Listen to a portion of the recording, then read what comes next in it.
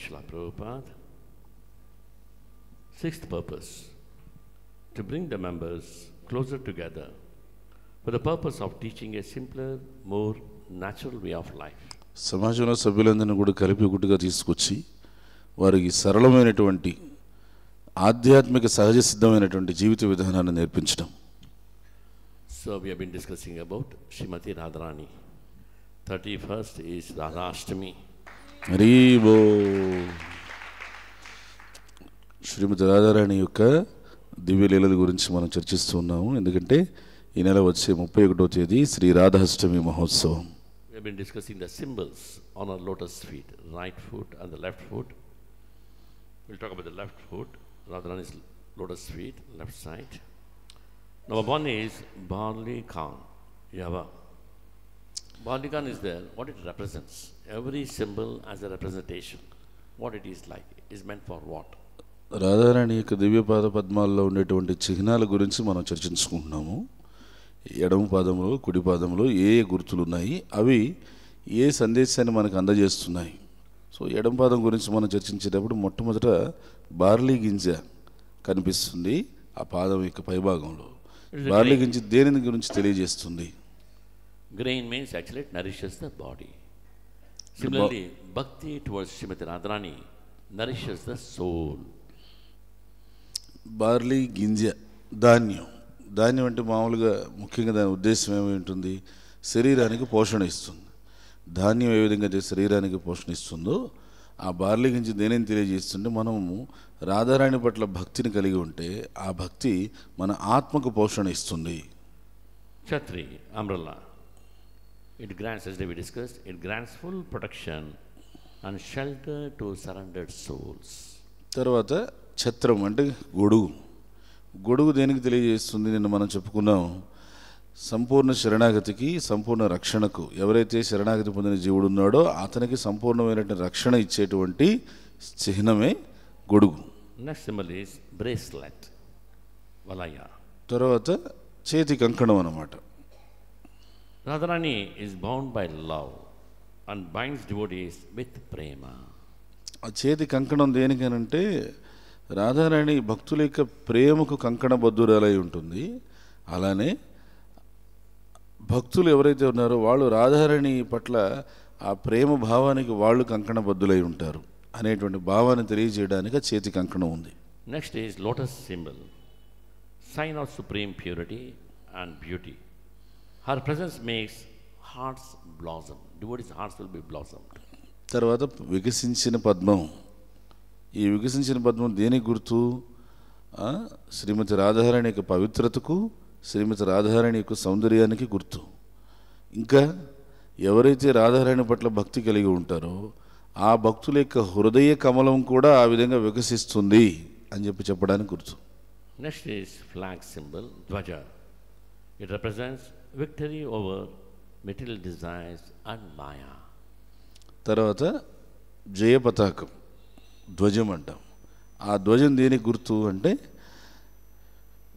భౌతికమైనటువంటి కోరికలు, మాయ, ఈ రెండింటిపైన భక్తుడు ఎప్పుడు విజయం సాధిస్తాడు అని చెప్పడానికి అతనికి విజయ సంకేతానికి గుర్తుగా అక్కడ ధ్వజం జయ పతాకం అనేది ఉంది. Next is water pot, Kalasha. It represents what? Radharani's mercy. Abundance of nectar of devotion. It flows to us when you have meditated on Srimati Radharani and chant her name. Hare Krishna, Krishna Krishna, Hare Hare, Hare Rama, Rama Rama, Hare Hare. The nectar she pours in our hearts. నీటితో నిండినటువంటి కలశం అది ఏం తెలియజేస్తుంది? రాధారాణికి అపారమైనటువంటి కరుణ గురించి మనకు తెలియజేస్తుంది. ఏమిటా కరుణ? రాధారాణి భగవంతుని యొక్క ప్రేమ అనేటువంటి అమృతాన్ని ధారలుగా మన మీద కరుణ రూపంలో చూపించి మన మీద కృష్ణుడి యొక్క ప్రేమ అనేటువంటి ధారని అమృతాన్ని కురిపిస్తుందంట. అందుకనే అక్కడ ఈ కలశం, నీటితో నిండినటువంటి కలశాన్ని గుర్తుగా చెప్పడం జరిగింది. The Kalasha, what a pot. We are all thirsty, right? We are thirsty for something other in life. Always thirsty, but we don't know. We are thirsty for Krishna, Srimati Radharani. ఇంకొకటి ఏంటంటే ఆ నీటితో నిండిన కలశం అనేటువంటిది మనం జీవితంలో ఏదో ఒక విషయం గురించి మనం దాహార్తులమై ఉన్నాం. మనం ఏదో ఒక విషయం గురించి ఎప్పుడు కూడా దప్పికుతూ ఉంటాం. కానీ వాస్తవంగా మనం వెతుక్కుంటూ పోతే ఈ విషయాలు కాదు, వాస్తవంగా జీవుడికి ఉన్నటువంటి దప్పిక ఏమిటంటే ఆర్తి, భగవంతుడి పట్ల దప్పిక ఉంది అతనికి, రాధాకృష్ణుల పట్ల నిజమైనటువంటి దప్పిక ఉంది. అది మనం వెతకవలసింది. So Srimati Radharani quenches the thirst of the soul. Actually the soul is thirsting for Krishna, Srimati Radharani, always. అలా ఆత్మ యొక్క అసలైన దప్పిక ఏమిటంటే భగవంతుడి కోసం పరితపించడం, రాధా కోసం, కృష్ణుడి కోసం, ఆ రాధాకృష్ణుల కోసం పరితపించేటువంటిది అది జీవుడి యొక్క దప్పిక. ఆ జీవుడి యొక్క దప్పికని తీర్చేటువంటిది రాధారాణి యొక్క కరుణ. అందుకనే కలశం, నీటితో నిండిన కలశం గుర్తు. Next is elephant goad, Ankusha.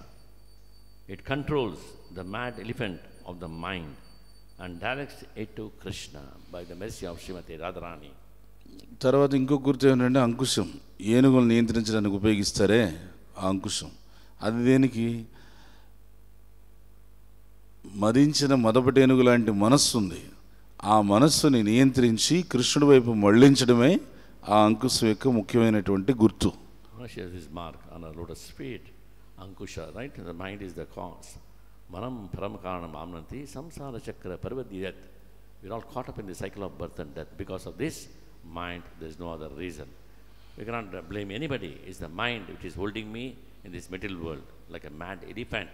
She controls it. When you chant Hare Krishna mantra, meditate on our lotus feet, then she controls our mind. అందుకనే మనం ఎప్పుడైతే ఆ భగవంతుని యొక్క నామాన్ని మనం జపం చేస్తామో ఆ నామజపం మన యొక్క మనస్సు నియంత్రణ చేస్తుంది. సమస్య ఏంటంటే ఈ భౌతికమైన జగత్తులో వాళ్ళు వీళ్ళు కాదు, అసలు సమస్య మనస్సే. అదే ఆ శ్లోకంలో మనకు తెలియజేస్తూ, ఏదైతే భౌతికమైనటువంటి విషయాలతో మదించిన మొదటి ఏనుగు లాంటి మనస్సు ఉందో ఆ మనస్సు మనల్ని భౌతికమైన జగత్తులో పట్టి బంధించి ఉంచుతుంది. దానిని ఏ విధంగా నియంత్రించి దాన్ని కృష్ణుడి వైపు మళ్లించాలి అని అంటే ఈ భగవన్నామ జపం ద్వారా రాధారాణికి కరుణ లభించి ఆ కరుణతో మనం ఆ యొక్క మనస్సుని నిగ్రహించవచ్చు, కృష్ణుడి వైపు నిమగ్నం చేయవచ్చు. Next symbol is fish, Matsya. Fish cannot survive without water. The element is water. Like that we cannot survive without Krishna, Krishna consciousness. Radha and Krishna cannot survive. That's the main thing in our lives. We are all hankering for it, but we don't know. ఇంకొక గుర్తు ఏమిటంటే చేప. చేప అనేటువంటిది అది దేనికి గుర్తు అంటే, చేప ఎప్పుడు కూడా నీటిలోనే అది సజీవంగా సంతోషంగా ఉంటుంది. నీటి నుండి బయటకు వస్తే అది ప్రాణం అల్లాడిపోతుంది. మన జీవితం కూడా అంతే. ఈ జీవుడి యొక్క జీవితం కృష్ణ భక్తిలో ఉంటే అతను సజీవంగా సంతోషంగా సహజంగా బాగుంటాడు. ఆ కృష్ణ భక్తుల నుంచి బయటకు వచ్చేస్తే ఎన్ని ఇచ్చినా ఎన్ని చేసినా సంతోషంగా ఉండలేడు. మన సహజ సిద్ధమైనటువంటి స్థితి, జీవుడి యొక్క స్థితి కృష్ణ భక్తిలో ఉండడమే. ఆ విషయాన్ని ఆ చేప సంకేతంతో మనకు తెలియజేస్తున్నారు.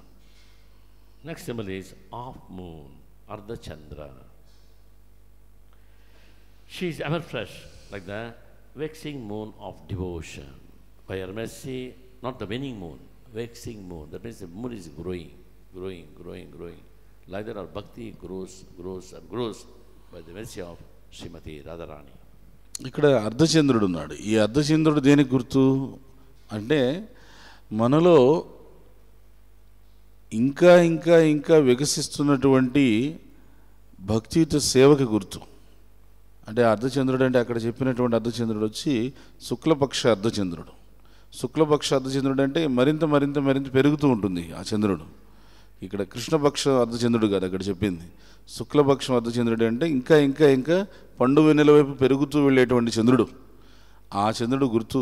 రాధారాణి మన యొక్క భక్తియుత సేవను ఆ విధంగా అభివృద్ధి చేస్తుంది. Right, when you see the moon, moonlight, so pleasant, so wonderful. You want to spend time there actually. And there's so many songs on moonlight. Cool. Like that life becomes very cool and calm and wonderful by the mercy of Srimati Radharani. పండు వెన్నెల చూడ్డానికి ఎంత బాగుంటుంది, ఆహ్లాదంగా ఉంటుంది. ఆ పండు వెన్నెలలో మనకు ఉండాలనిపిస్తుంది, ఆ చల్లదనాన్ని ఆస్వాదించాలి అనిపిస్తుంది. ఆ పండు వెన్నెల గురించి ఎన్నెన్నో పాటలు ఉంటాయి. రాధారాణి యొక్క ఆశ్రయం తీసుకున్న వ్యక్తికి అతని జీవితం పండు వెన్నెలలాగా ప్రశాంతంగా చల్లగా నిండుగా సాగిపోతుంది అని చెప్పడానికి ఆ అర్ధచంద్రుడి యొక్క గుర్తుంది. Srimati Radharani ki jai, Prabhupada ki jai. Tomorrow we'll discuss the right lotus foot of Srimati Radharani. ఇప్పుడు రాధారాణికి ఎడమ పాద పద్మంలో ఉండేటువంటి సంకేతాల గుర్తుల గురించి చెప్పుకున్నాం. రేపు రాధారాణికి కుడి పాద పద్మంలో ఉండేటువంటి గుర్తుల గురించి చెప్పుకుందాం. అన్ని వాంఛలు తీర్చే కల్పవృక్షం వంటి వారు, పతితులను ఉద్ధరించేవారు, కృపాసాగరులైన వైష్ణవులందరికీ నా గౌరవపూర్వక ప్రణామం అర్పిస్తున్నాను. వాంఛా కల్పతరుభ్యశ్చ కృపా సింధుభ్యో చ పతితానాం పావనేభ్యో వైష్ణవేభ్యో. अनंत कोटि वैष्णव वृंद की जय. नामाचार्य हरिदास ठाकुर की जय. शिला प्रभुपाद की जय. शिला गुरुदेव की जय. निताय गौर प्रेमानंदे हरि हरि बोल.